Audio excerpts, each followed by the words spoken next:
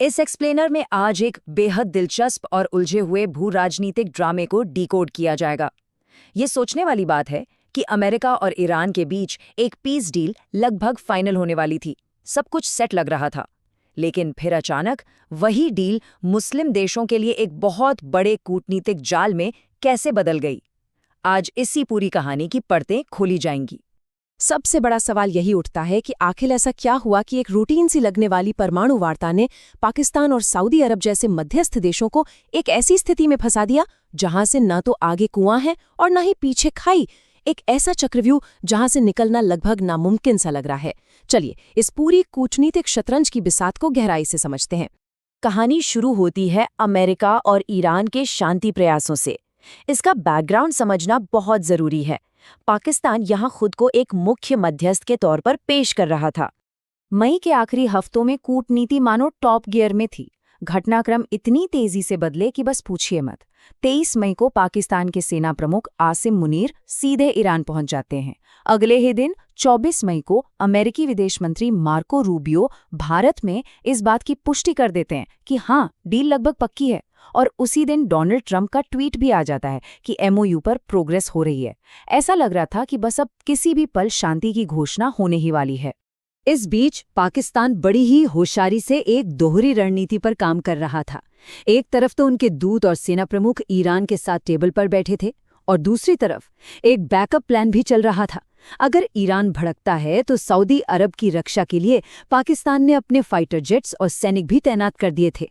ये कोई छोटा दाव नहीं था और इसी कॉन्फिडेंस के साथ पाकिस्तानी नेतृत्व चीन में शी जिनपिंग से भी मिलने पहुंच गया था। लेकिन कूटनीति की दुनिया में जैसा दिखता है वैसा होता नहीं है। ऐन मौके पर कहानी में एक ऐसा ट्विस्ट आया जिसने पूरी बाजी ही पलट कर रख दी। उस पल की स्थिति पर गौर करना दिलचस्प होगा। मध्यस्थ देश सोच रहे हैं कि उन्होंने दुनिया को एक बड़े युद्ध से बचा लिया है।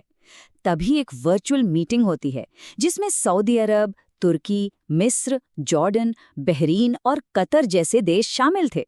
और वहां ट्रंप एक ऐसा अल्टीमेटम देते हैं जिसने सबके होश उड़ा दिए। उनका कहना था, ईरान के साथ डील तो लगभग हो गई है, लेकिन अब आप सभी को अब्राहम एकॉर्ड्स पर साइन करने होंगे।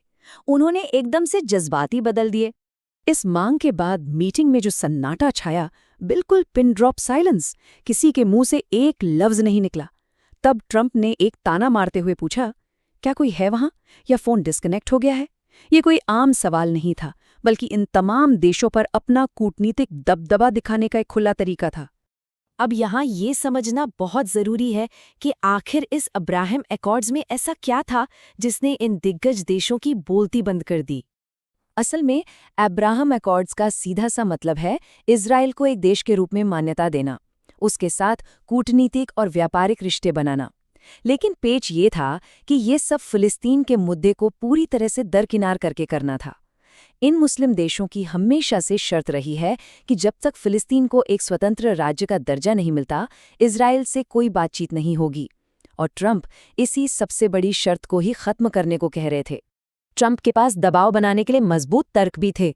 उन्होंने रात दिलाया कि यूएई, बहरीन, मोरक्को और सूडान जैसे देश तो पहले ही इस एकॉर्ड पर साइन कर चुके हैं। और तो और, जब अभी ईरान के साथ टेंशन बढ़ी थी, तब यूएई की सुरक्षा के लिए इजराइल ने अपने डिफेंस सिस्टम तक वहां लगा दिए थे। सीधा सा मैसेज था कि जब ये देश इजराइल के साथ रहकर सुरक्षित हैं, तो बाकी देश क्यों नहीं। इस एक अल्टीमेटम ने पूरे मिडिल ईस्ट को एक भयानक दुविधा में डाल दिया। अब ये साफ नजर आने लगा कि कैसे हर देश की अपनी एक अलग और बेहद क्रिटिकल मजबूरी है। सऊदी अरब का ही उदाहरण लेते हैं। वहां के शासक मक्का और मदीना के संरक्षक हैं और उनका फिलिस्तीन पर स्टैंड बहुत सख्त है। अगर वो इजराइल को मान्यता देते हैं तो उनका धार्मिक नेतृत्व सीधे खतरे में आ जाएगा। अब कतर की बात करें, वहां तो हमास का मुख्यालय है और वो ईरान की मिसाइलों के बिल्कुल रडार पर हैं। और तुर्की, अपनी जनता को खुश करने के लिए उन्होंने हाल ही में इजराइल को आतंकी राज्य तक कह डाला था। अब वो अचानक से पलटकर मान्यता कैसे दे दें? मामला यहीं नहीं रुकता। मिस्र की टेंशन ये है कि अगर वो ऐसा कुछ करते हैं तो राफा बॉर्डर से होते हुए सिनाई प्रायद्वीप में फिलिस्तीनी शरणार्थियों की बाढ़ आ सकती है। और जॉर्डन, वहां की तो 70% आबादी ही फिलिस्तीनी मूल की है। अगर जॉर्डन की सरकार इस एकॉर्ड पर साइन कर दे तो रातों रात वहां तख्ता पलट होने का खतरा है। मतलब हर तरफ से रास्ता बंद। लेकिन इस पूरी कहानी का सबसे बड़ा क्लाइमैक्स या कहें सबसे बड़ी विडंबना तो अभी बाकी है। उसी मीटिंग में ट्रंप ने एक और बात कह दी कि ईरान को भी अब्राहम अकॉर्ड्स पर साइन कर देने चाहिए। ये विचार करने वाली बात है। ईरान, जिसकी पूरी राजनीति और भू राजनीतिक पहचान ही इजराइल के विरोध पर टिकी है, ईरान से ये कहना कि आप भी साइन कर दो, ये इन सारे देशों के लिए एक बहुत भद्दा कूटनीतिक मजाक था। इन सब के बीच सबसे दिलचस्प और मुश्किल स्थिति अगर किसी की थी तो वो था पाकिस्तान, जिसने खुद को मुस्लिम दुनिया के लीडर के तौर पर पेश करने की कोशिश की और सबसे बुरे जाल में फंस गया। पाकिस्तान का विरोधाभास देखा जा सकता है। एक तरफ वो वैश्विक शांति दूत बनने चले थे, लेकिन दूसरी तरफ उनके खुद के पासपोर्ट पर मोटे अक्षरों में लिखा होता है, इजराइल को छोड़कर दुनिया के सभी देशों के लिए मान्य। जो देश अपने संविधान में ही इजराइल को देश नहीं मानता, वो अमेरिका की इस डील का हिस्सा बनकर उसे मान्यता कैसे दिला सकता है? ये तो गले की हड्डी बन गया। शहबाज शरीफ की सरकार के सामने अब एक तिहरा खतरा खड़ा हो गया। पहला, उनकी अर्थव्यवस्था खस्ता हाल है और उन्हें अमेरिका के सपोर्ट वाले IMF लोन की सख्त जरूरत है। दूसरा, अगर मजबूरी में इजराइल को मान लिया तो घर में इमरान खान के समर्थक सड़कों पर उतर आएंगे।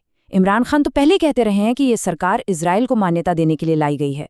और तीसरा, जो इस्लामिक नाटो का लीडर बनने का सपना था, वो हमेशा के लिए टूट जाएगा। ना उगलते बन रहा है, न निगलते। अब जरा इस कूटनीतिक कमरे से बाहर निकलकर जमीनी हकीकत पर नजर डालना भी जरूरी है। ये पूरी शांति प्रक्रिया असल में कितनी नाजुक है, इसका अंदाजा तुरंत लग जाता है। एक तरफ टेबल पर 30 दिन के युद्ध विराम की मीठी मीठी बातें चल रही थीं, लेकिन मैदान पर क्या हो रहा था?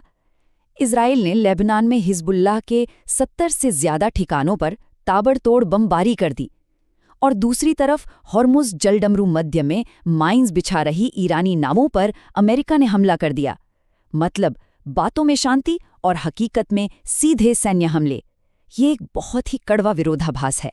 तो अंत में ये सारे घटनाक्रम एक बहुत ही गंभीर और चुभते हुए सवाल के साथ हमें छोड़ जाते हैं। क्या ये पूरी कवायद वाकई में मध्य पूर्व में शांति लाने के लिए थी, या फिर ईरान डील का तो बस एक बहाना था और असल मकसद इन सभी मध्यस्थ देशों को घेरकर एक ऐसे कोने में धकेलना था जहां से इजराइल को मान्यता देने के अलावा उनके पास कोई चारा ही न बचे?